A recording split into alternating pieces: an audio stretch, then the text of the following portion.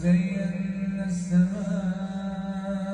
الدنيا بمصابيح وحفظا ذلك تقدير العزيز العليم.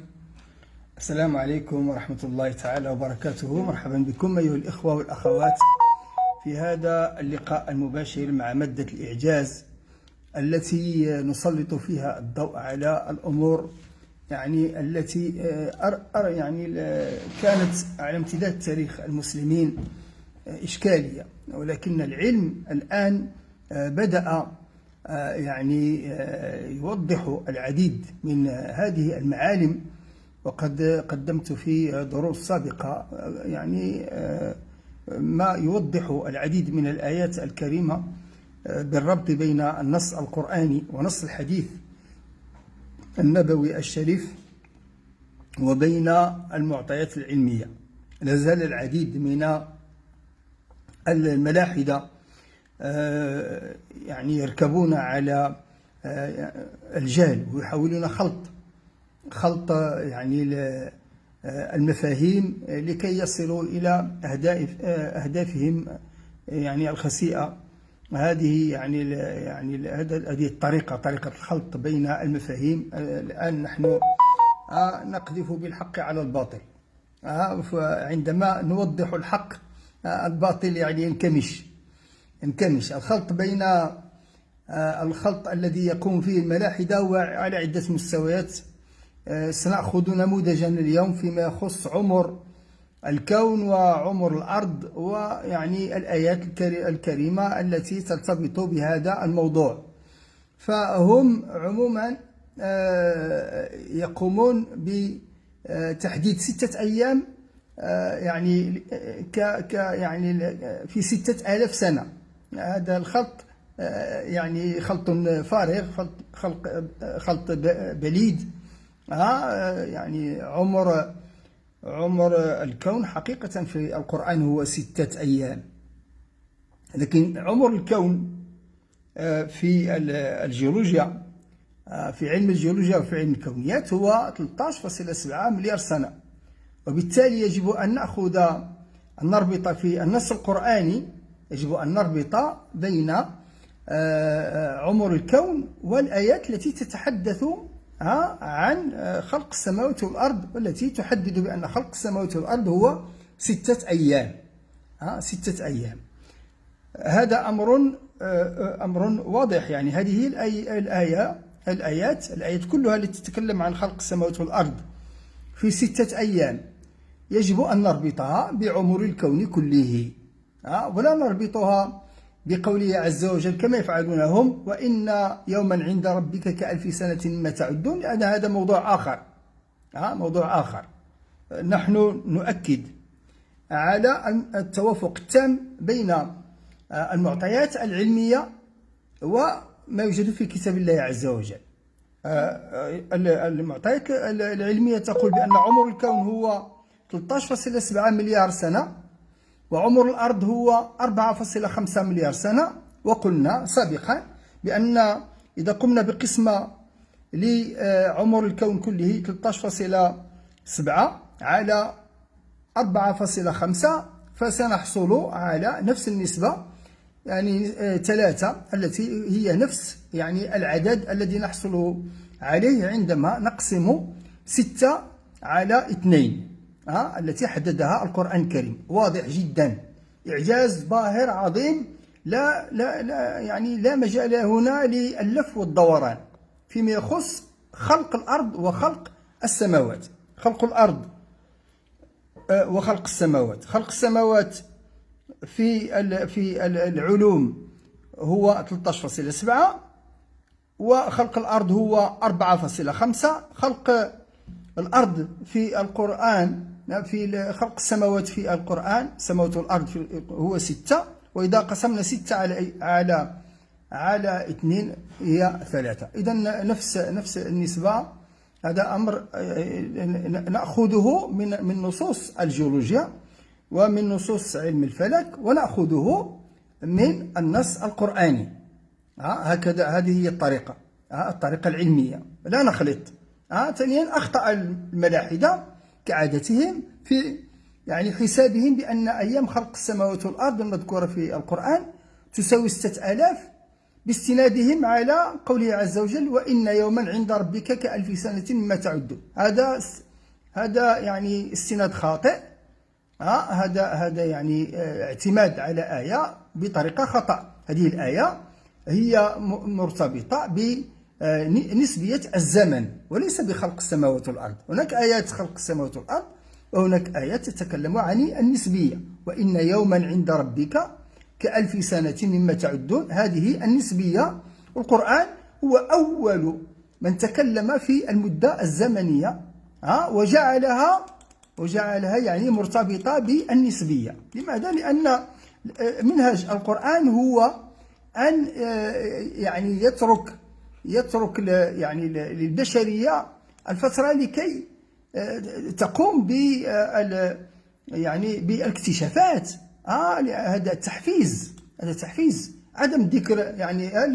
يعني ننتظر من القرآن أن يقول لنا يعني 13.7 مليار سنة و 4.5. لا، هذا لا يمكن أن نجده في كتاب الله عز وجل، بل يترك البشرية، لكن يضع لنا هذه الأرقام التي تتواجد في القرآن لكي نقيسها بالأرقام التي نجدها في العلوم. نسبية الزمان يعني القرآن الكريم أول من تكلم فيها، ويعني جعلها نسبية. فالسنة الأرضية التي نعد بها نحن يعني في الأرض هي يعني تختلف تماما عن النسب التي نجدها خارج الأرض. هذه مسألة مهمة جدا نعلمها لأبنائنا. نعلمهم أن القرآن تكلم بهذه النسب لأن هناك اختلاف. وإن يوما عند ربك كألف سنة مما تعدون. يعني ما نعد يعني من السنة بالسنة التي نعد بها، السنة الهجرية أو بالسنة الميلادية. فنحن عندما نرى المسألة تعود إلى سرعة كل كوكب. مثلا عندنا في المجموعة الشمسية، أما الكل يتحرك مصداقا لقوله عز وجل: وكل في فلك يسبحون. كل جرم له سرعته في الحركة. ولذلك تختلف السنة بحسب الموقع الذي نتواجد فيه. هذا إعجاز عظيم. في كوكب بلوتون 208، يعني الدورة السنة هي 248 سنة من السنة التي عندنا، 248 سنة. أورانيوس 84 سنة. نبتون 165 سنة. كوكب عطارد 88 سنة. زحل 30 سنة. المشتري 12 سنة. إذن بحسب السرعة التي تطوف بها هذه الكواكب عندنا في المجموعة الشمسية، تكون السنة تحدد زمن غير الزمن الذي يوجد عندنا. كذلك هذا الزمن هو زمن يختلف عن الزمن عند الله، ولكن الله خالق المكان والزمان. هذه نقطة مهمة أخرى.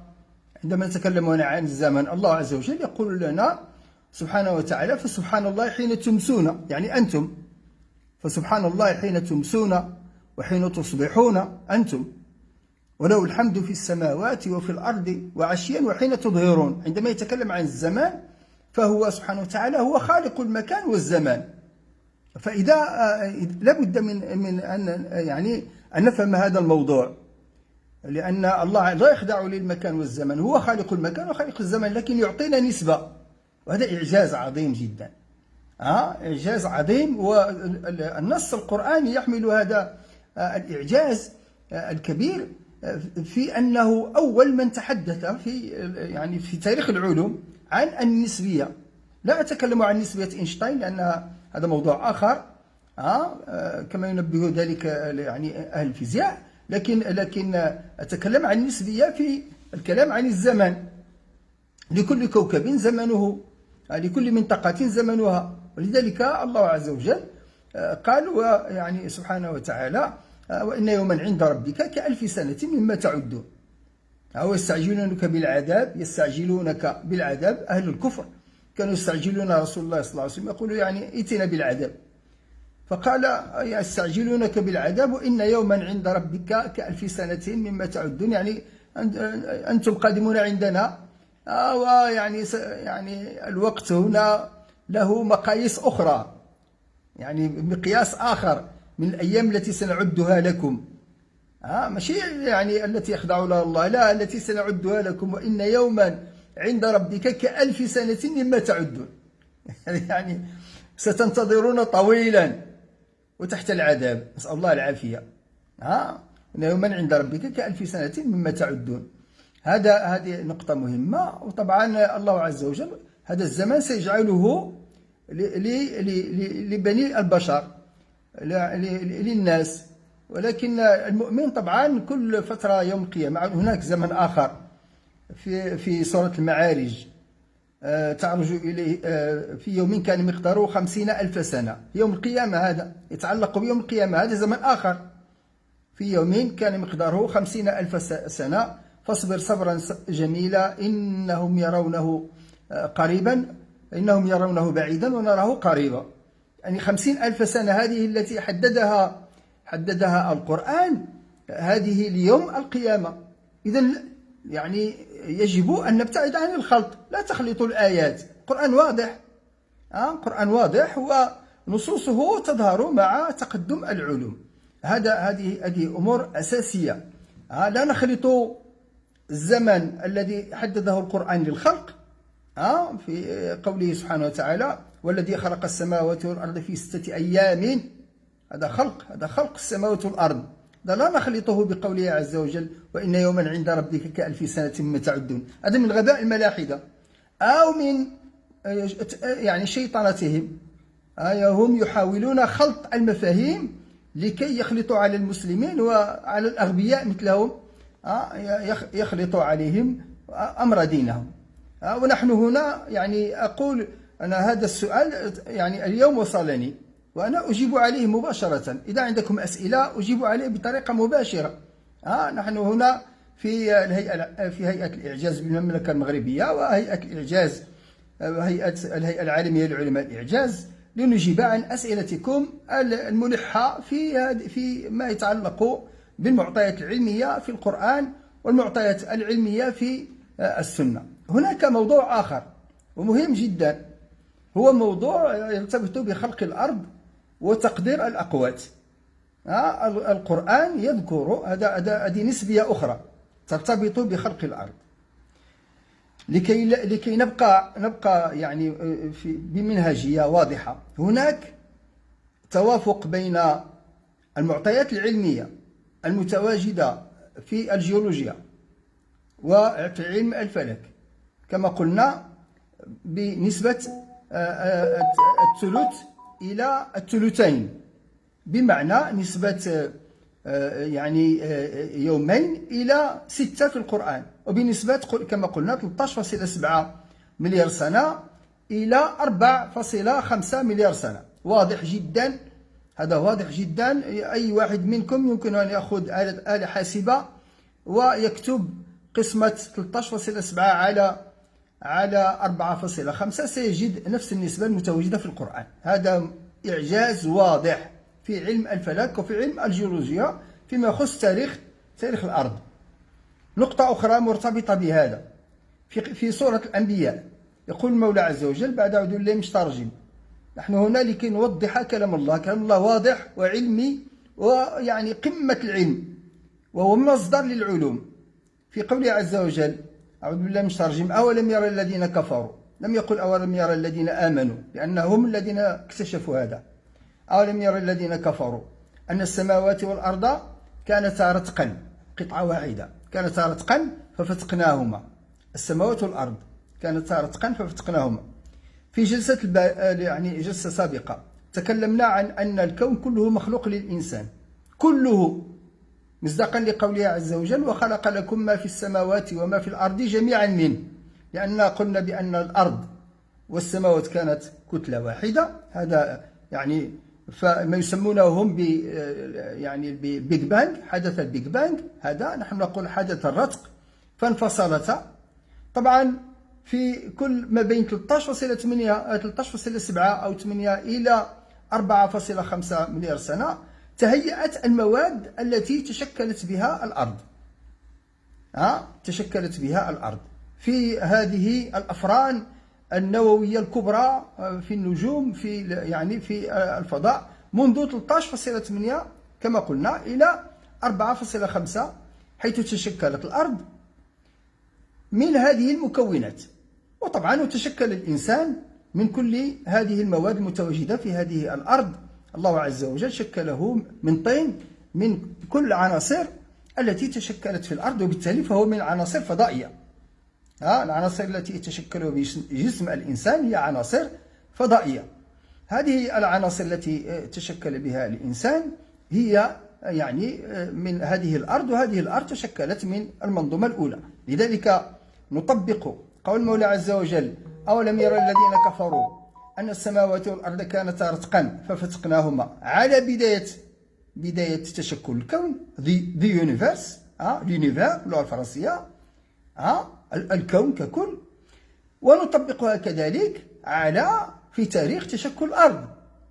نفس الآية نستعملها بطريقة علمية كبيرة جدا، بمستوى علمي هذا الذي نتكلم به، بمنطق علمي رفيع، لأنها هي نفس الآية التي حدث بها تفسر تكون الكون وتكون الأرض. أولم يرى الذين كفروا، لأنهم هم سيكتشفون هذا، أن السماوات والأرض كانتا رتقا قطعة واحدة ففتقناهما وجعلنا من الماء كل شيء حي. إذن ندخل هنا في الموضوع الثالث، يرتبط بخلق الأرض وتقدير الأموات، أو عفوا الأقوات، وتقدير الأقوات. لماذا؟ انظر الآية في ترتيبها يذكر أولا بداية خلق السماوات والأرض ورتقها، انفصالها، ثم بعد ذلك مباشرة يذكر وجعلنا من الماء كل شيء حي، بمعنى أن الماء هو بداية ظهور الكائنات الحية. وهذا الذي حدث بالضبط على المستوى الكرونولوجي،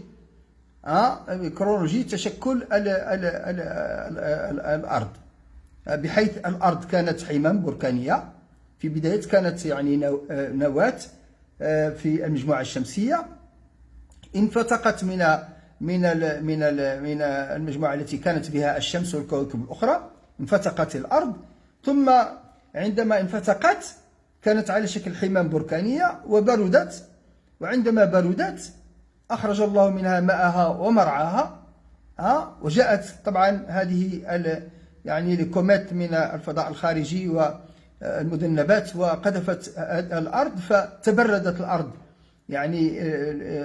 ولم تبقى على شكلها الحمامي، حمم بركانية، وكانت كلها بها قارة واحدة.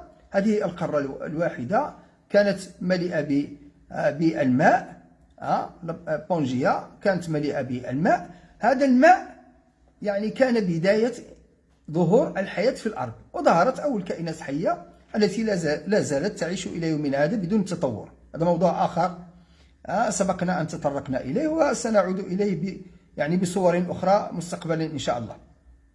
إذن فبعد تبرد الأرض ظهور الماء، بعد ظهور الماء مباشرة ظهور الحياة، وجعلنا من الماء كل شيء حي. هذا التسلسل كله نجده في هذه الآية من سورة الأنبياء. عندما ظهرت الكائنات الحية بعد حوالي مليار وتقريبا ونصف، مليار ونصف كلها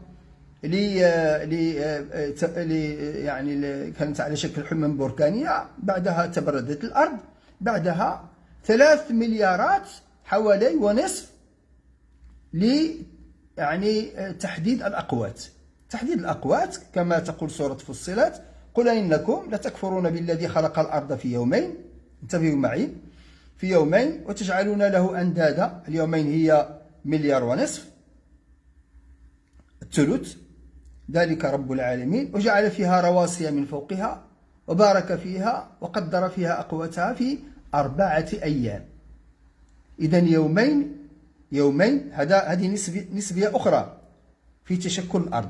يومين إلى 4 أيام هذه نسبية أخرى لا ترتبط بخلق السماوات، لا، هذه نسبية ترتبط كذلك بالأرض والمكونات التي تشكلت فيها لاستقبال الإنسان، وقدر فيها أقواتها في 4 أيام. وهذا بالضبط يعني هو النسبة التي نجدها بين 1.5 مليار و3 مليارات ونصف، بمعنى الثلثين بمقابل الثلث، نفس النسبة التي نجدها كذلك في الكون كله. هذا أمر عظيم جدا، لأن نفس هذه المعطيات نجدها. هذه القراءة أيها الإخوة قراءة علمية. القرآن يعطينا هذه النسب لكي يعني نقارنها بالمعطيات العلمية التي بين أيدينا، وهي متوافقة تماما كما وجدنا التوافق الكبير المتواجد في خلق السماوات والأرض بالنسبة ل6 أيام ويومين. نفسه نجد الآن بأن هذه نسبة متوافقة بين يعني ما يقوله العلم 1.5 مليار تقريبا لتبرد الأرض، و3 مليارات ونصف لتكديس الأقوات، لأن الله سبحانه وتعالى خلق الكائنات الحية بالتدرج. الله يبدأ الخلق ثم يعيده تمهيدا لقدوم الإنسان لمدة 3 مليارات ونصف. هذه 3 مليارات ونصف كلها كانت تكديسا تحولا للكائنات الحية النباتية والحيوانية التي سواء في البر أو في البحر تحولت إلى بترول، فحم حجري، وفوسفات وغير ذلك من المواد الأولية، لكي تتشكل منها يتشكل منها المواد الأولية التي سيستعملها الإنسان في حياته، والتي نستعملها الآن.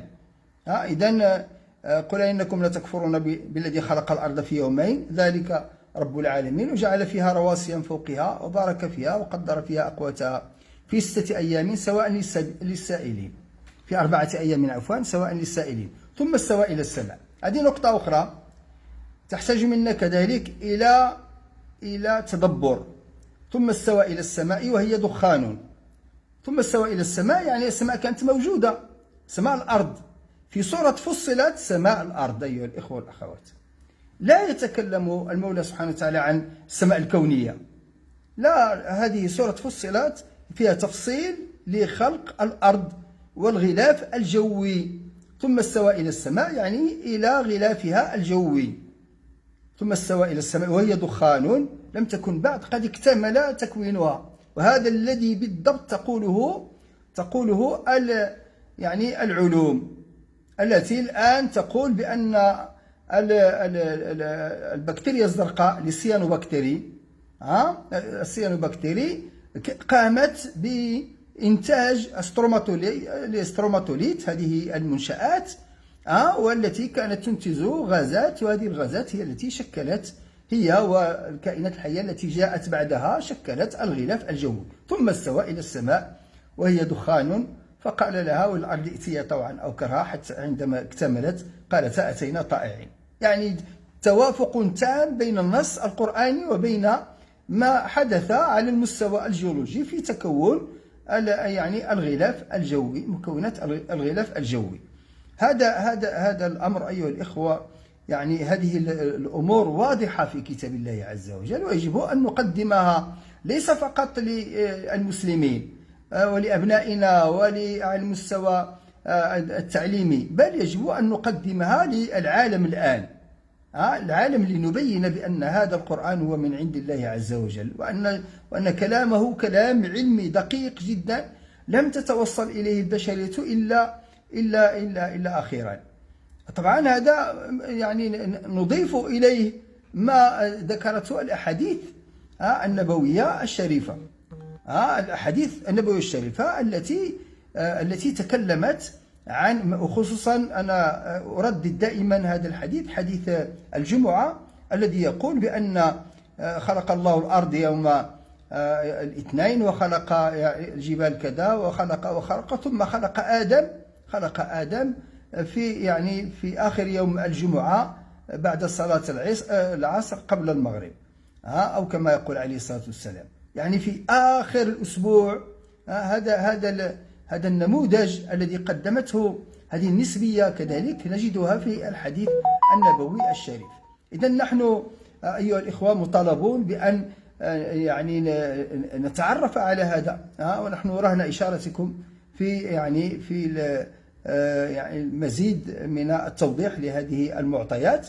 وأظن أني كنت واضحا في هذا الدرس حول هذه المعطيات، وهي متناسقة فيما بينها، ومتناسقة كذلك مع نتائج العلوم الحديثة، مع كذلك المناهج العلمية الأكاديمية على الصعيد الدولي، سواء في علم الفلك أو في علم الجيولوجيا وتاريخ الأرض وتاريخ الكون. كل هذا متوافق، وأسأل الله سبحانه وتعالى أن يتقبل منا ومنكم صالح الأعمال، وأبقى رهن إشارتكم في أي سؤال في هذا المجال. وبارك الله فيكم وتقبل الله طاعتكم. السلام عليكم ورحمة الله تعالى وبركاته.